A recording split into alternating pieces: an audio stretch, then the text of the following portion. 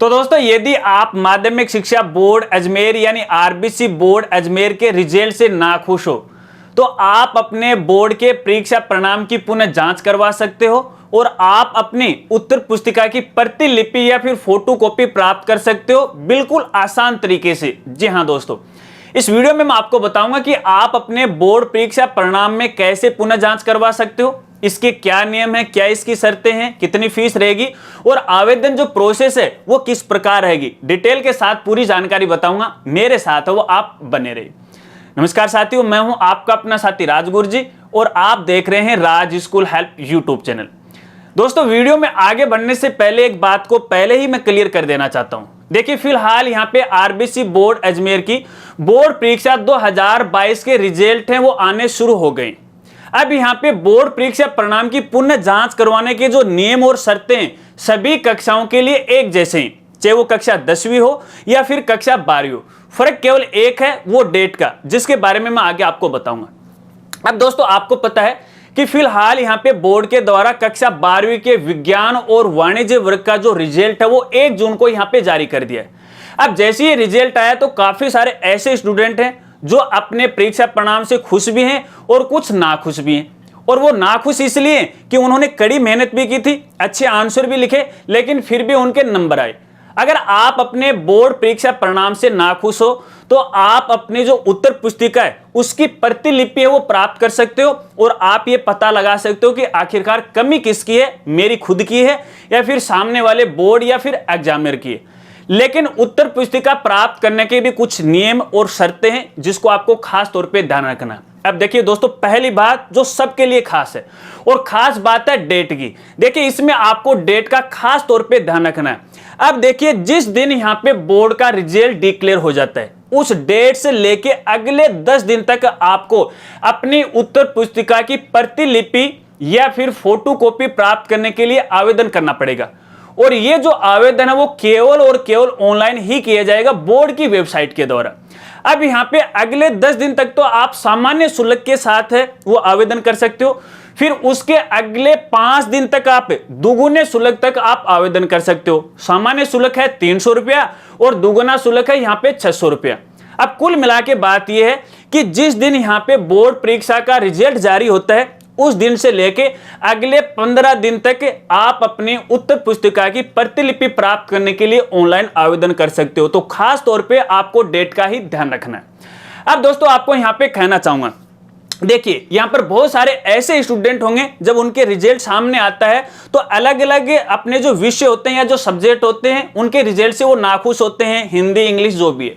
तो यहाँ पे मैं आपको कहना चाहूंगा कि देखिए, जब भी आप ऑनलाइन आवेदन करो तो ऑनलाइन आवेदन केवल एक ही बार होगा, एक रोल नंबर से एक स्टूडेंट का एक ही बार होगा। ऐसा नहीं कि आज मुझे तो ऐसा लग रहा है कि यार मैं जो मैथ में उसमें नंबर कमाए, मैंने आवेदन कर दिया, डाटा लॉक कर दिया, फॉर्म फाइनल लॉक कर दिया, उसके अगले 10 दिन बाद मेरे दिमाग में आया नहीं यार मेरे तो मैथ में भी अच्छे आने से, चलिए इसकी भी मैं जांच करवा लेता हूं, इसकी उत्तर पुस्तिका की प्रतिलिपि मैं प्राप्त कर सकता हूं या करवा सकता हूं। लेकिन ऐसा नहीं है, यानी आपको एक साथ ही जिन जिन विषय के अंदर आपकी उत्तर पुस्तिका की प्रतिलिपि अगर आपको प्राप्त करनी है एक साथ ही आपको आवेदन करना पड़ेगा। एक बार फॉर्म लॉक होने के बाद दोबारा आपको मौका वो नहीं दिया जाएगा। अब देखिए, जैसे ही आप यहां पे फॉर्म सबमिट कर देते हो तो आपने जिस मोबाइल नंबर या फिर मेल आईडी से रजिस्ट्रेशन किया है तो जैसे ही आपकी उत्तर पुस्तिका आ जाएगी बोर्ड के द्वारा तो आपके पास एक नोटिफिकेशन आ जाएगा, एक एसएमएस या तो मोबाइल पे या आपकी मेल आईडी पे एक मेल आ जाएगी। अब ये गारंटी नहीं है कि ये जो मेल है या फिर ये जो मैसेज है कितने दिन में आपके पास आएगा। वो 15 दिन में भी आ सकता है, वो 1 महीने भी आ सकता है, वो 3 महीने का समय भी है उसके अंदर वो लग सकता है। क्योंकि आपको पता है कि बोर्ड के पास बहुत सारे ऐसे उत्तर पुस्तिका की प्रतिलिपि प्राप्त करने के लिए आवेदन जाएंगे। तो ऐसे में एक साथ तो सबकी जांच या फोटोकॉपी स्कैन करके बोर्ड वो अपलोड नहीं कर सकता है, तो उसमें टाइम लगेगा। तो आपको जो बोर्ड की तरफ से जो एसएमएस आएगा उसको आपको खास तौर पे ध्यान रखना। अब देखिए, मान लीजिए आपके पास यहाँ पे एसएमएस आ जाता है तो अगले 10 दिन तक आपको क्या करना है कि मान लीजिए आज आपके पास एसएमएस आएगा, तुरंत आपको अपनी जो उत्तर पुस्तिका उसको डाउनलोड करना है और डाउनलोड करने के बाद आपको इसकी जांच करनी है कि आखिरकार गलती कहां पे हुई है।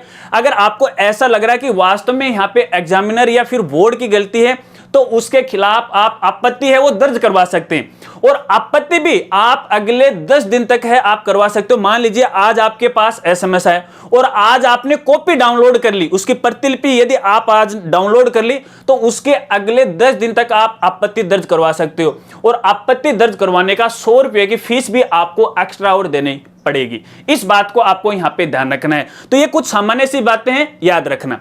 अब यहां अपने जो उत्तर पुस्तिका की जो पुण्य जांच है उसके कुछ नियम और आपको बता देता हूं। देखिए बहुत सारे ऐसे स्टूडेंट वो यही सोचते हैं कि यार मैं मेरी पूरी ही उत्तर पुस्तिका की एग्जामिनर के द्वारा पुण्य जांच करवा लूं ताकि कोई दूसरे एग्जामिनर से। क्या ऐसा संभव है? नहीं दोस्तों, ऐसा नहीं संभव है।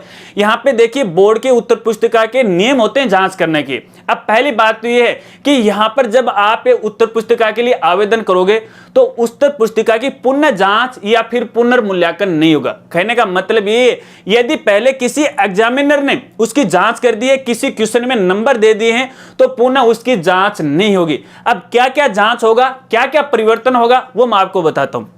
सबसे पहले दोस्तों मान लीजिए कई बार ऐसा होता है जो एग्जामिनर होता है भूल से कोई क्वेश्चन वो उसकी जांच नहीं कर देता है या खाली वो छोड़ देता है, तो उसकी देखिए जांच हो सकती है।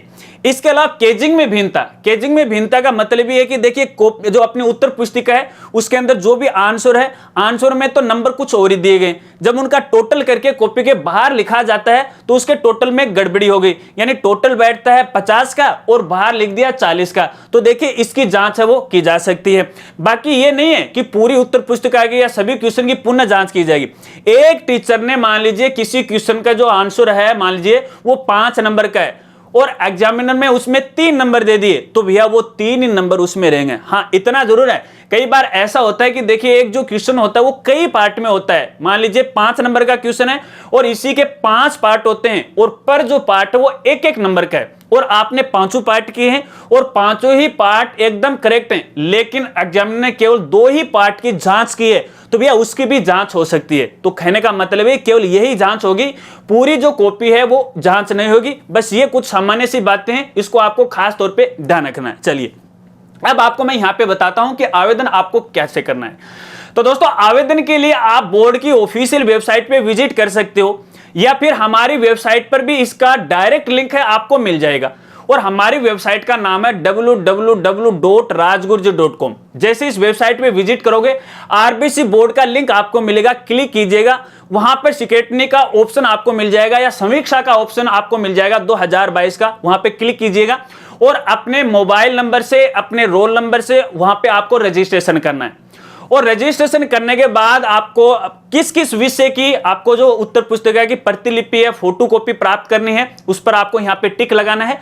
और टिक लगाने के बाद यदि कोई रिमार्क अगर आप देना चाहते हो बोर्ड को, कोई सजेशन अगर आप देना चाहते हो तो वहां पे लिख सकते हो। और फाइनली आपको फॉर्म है वो सबमिट करना है और उसके बाद आपको पेमेंट करना है। और पेमेंट आप 2-3 तरीकों से कर सकते हो। यदि आप ये आवेदन खुद अपने मोबाइल से या फिर अपने घर के पीसी, लैपटॉप, कंप्यूटर से भरना चाहते हो तो आप बिल्कुल भर सकते हो। बस शर्त इतनी सी है कि आपके पास ऑनलाइन पेमेंट करने की कोई भी एक सुविधा प्राप्त हो, चाहे वो नेट बैंकिंग हो या फिर यूपीआई हो, उसके द्वारा आपको ऑनलाइन पेमेंट करना पड़ेगा। और एक बार ऑनलाइन पेमेंट होने के बाद आपका फॉर्म सक्सेसफुली सबमिट हो जाएगा, जिसका एक नोटिफिकेशन है एसएमएस के द्वारा और आपने जो मेल आईडी दी है उस मेल पर भी आ जाएगा। लेकिन दोस्तों आपको मैं यहां पे कहना चाहूंगा, अगर मान लीजिए आपने फॉर्म सबमिट कर दिया लेकिन आपने जो पेमेंट है वो सक्सेसफुली नहीं किया है या पेमेंट नहीं हुआ है तो आपका फॉर्म भरा हुआ नहीं माने जाएगा। इस बात को आपको ध्यान रखना है। तो आप अपना स्टेटस वो जरूर चेक कीजिएगा कि आपका जो पेमेंट है वो सक्सेसफुली हुआ है या नहीं हुआ है। इसके अलावा कई बार ऐसा भी होता है, देखिए वीडियो थोड़ी लंबी जा रही है लेकिन ये भी जरूरी है आपके लिए। कई बार ऐसा होता है कि मान लीजिए हमने पेमेंट है वो सक्सेसफुली कर दिया और हमारे बैंक अकाउंट से तो पेमेंट कट गया लेकिन हमारा फॉर्म फाइनल सबमिट नहीं हो पा रहा, वहां पे अनसक्सेसफुली दिखा रहा है। तो दोस्तों इसके लिए आपको थोड़ा सा वेट करना चाहिए, अगले 1 घंटे का, 2 घंटे का या 24 घंटे का वेट कर लीजिएगा। फिर ऑटोमेटिक वो ट्रांजैक्शन सक्सेसफुली हो जाएगा और आपका फॉर्म फाइनल सबमिट हो जाएगा। और अगर फिर भी नहीं होता है तो संबंधित बोर्ड की जो हेल्पलाइन नंबर है वहां पर आप बात कीजिएगा। इसके अलावा ये जो आवेदन है आप किसी कंप्यूटर सेंटर या ई-मित्र से भी आप भरवा सकते हैं। मर्जी आपको है कि आप कहां से भरवाना चाहते हैं, मोबाइल से भरना चाहते हैं या किसी कंप्यूटर या ई-मित्र से आप भरवाना चाहते हैं। बस दोस्तों यही प्रोसेस है, इसी प्रोसेस से आप आवेदन कर सकते हो। और इसके अलावा यदि आप समीक्षा 2022 या उत्तर पुस्तिका के नियमों को और ज्यादा जानना चाहते हो, पीडीएफ फाइल प्राप्त करना चाहते हो, तो वो भी आपको हमारी वेबसाइट में मिल जाएगी। जाके विजिट कीजिएगा, फाइल को डाउनलोड कर लीजिएगा और डिटेल से जानकारी वो ले लीजिएगा। तो दोस्तों आज की इस वीडियो के अंदर मैं आपको इतनी ही जानकारी दूंगा। बताना आज की वीडियो जानकारी आपको कैसी लगी। अगर वीडियो जानकारी आपको अच्छी लगी हो तो यार वीडियो को लाइक वो जरूर करना और अपने सभी दोस्तों में इस वीडियो को ज्यादा से ज्यादा शेयर कर देना। और इसके अलावा यदि आप हमारे चैनल पे नए हैं और अभी तक चैनल को नहीं सब्सक्राइब किया है तो चैनल को सब्सक्राइब कर बेल आइकन दबा के ऑल नोटिफिकेशन है उसे जरूर ऑन कर लेना, ताकि इस बारे में मैं कोई भी नया वीडियो अपने चैनल पे अपलोड करूं तो उसका एक नोटिफिकेशन वो आप तक वो पहुंच जाए। तो मिलते हैं फ्रेंड्स अगली एक नई वीडियो के साथ, तब तक के लिए जय हिंद, जय भारत।